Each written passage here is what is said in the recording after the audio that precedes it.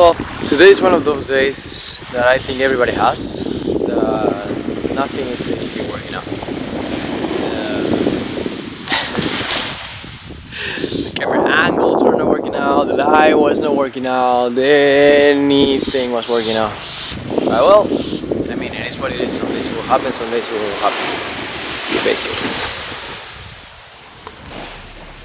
I think it's part of the creative process to having those days which you don't like the stuff that you're doing.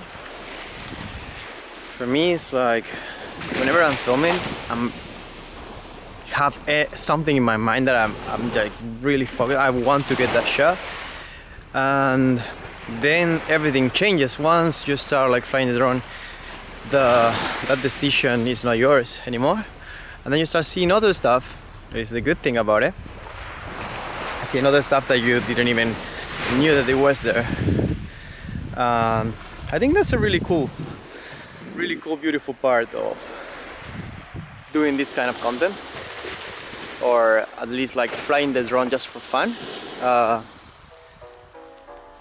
It's crazy some things that you can find out there.